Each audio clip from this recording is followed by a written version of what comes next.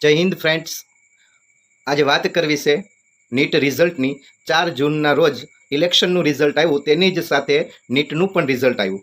રિઝલ્ટની સાથે સાથે વિદ્યાર્થીઓનો વિરોધ પણ જોવા મળ્યો। તો આ વિરોધ શા કારણે થયો તેની માહિતી આ વિડીયોની અંદર આપણે જોવાની છે। તો સૌપ્રથમ તો પહેલું રીઝન એવું કહી શકાય, જેમાં 67 સ્ટુડન્ટ્સ એવા છે કે જેણે ફર્સ્ટ રેન્ક મેળવેલો છે। ફર્સ્ટ રેન્ક મતલબ કે 720 માર્ક્સ આઉટ ઓફ 720 માર્ક્સ મેળવેલા છે, એટલે કે પૂરા માર્ક્સ પ્રાપ્ત કરેલા છે।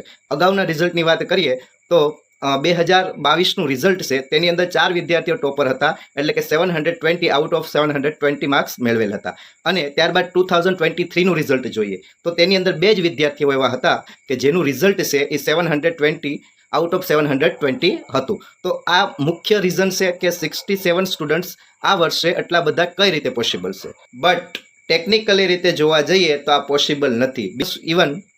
ઇવન 67 સ્ટુડન્ટ્સમાંથી 6 સ્ટુડન્ટ્સ એવા છે કે જેણે એક જ સેન્ટર ઉપર એક્ઝામ આપેલી છે। શું આ પોસિબલ બની શકે?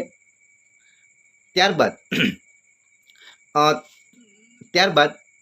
સેકન્ડ નંબરનું રીઝન છે, એ રીઝન જોવા જઈએ તો 67 બાદના જે 2 નંબર છે તે વિદ્યાર્થીઓ 718 માર્ક્સ મેળવે છે અને એક સ્ટુડન્ટ છે એ 719 માર્ક્સ મેળવે છે। 720 માર્ક્સમાંથી એક આન્સર ટ્રુ કરવામાં આવે તો તેના 4 માર્ક્સ મળે છે। તો માર્ક્સ છે એ 716 આવવા જોઈએ। અને બીજું જોઈએ કે એક આન્સર છે એ રોંગ થાય તો એક માર્ક્સ છે એ માઇનસ થાય, એક માર્ક્સ માઇનસ થાય અને એક ક્વેશ્ચનના 4 માર્ક્સ છે, એટલે ટોટલ 5 માર્ક કપાય।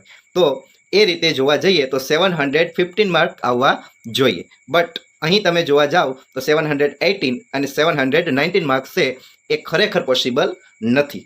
બટ નેશનલ ટેસ્ટિંગ એજન્સીનું આની પાછળનું રીઝન એવું જણાવવામાં આવેલું છે કે સફિશિયન્ટ ટાઈમ ન મળ્યો હોવાના કારણે વિદ્યાર્થીઓને ગ્રેસ માર્ક્સ આપવામાં આવેલા છે। બટ એવું નથી જણાવવામાં આવેલું કે ગ્રેસ માર્ક કેટલા સમયના લોસ માટે કેટલા માર્ક્સ ગ્રેસ આપેલા છે, તો એ જણાવવામાં આવેલું નથી। તો અને ત્યારબાદ ત્રીજું રીઝન, રિઝલ્ટ આવવાનું હતું 14 જૂન અને રિઝલ્ટ ડિક્લેર કરી દીધું 10 દિવસ અગાઉ 4 જૂન।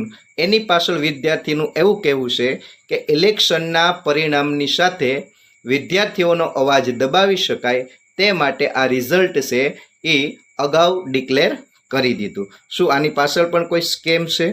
તો ખરેખર નેશનલ ટેસ્ટિંગ એજન્સીએ આ પ્રશ્નોના જવાબ આપવા જોઈએ। ધન્યવાદ।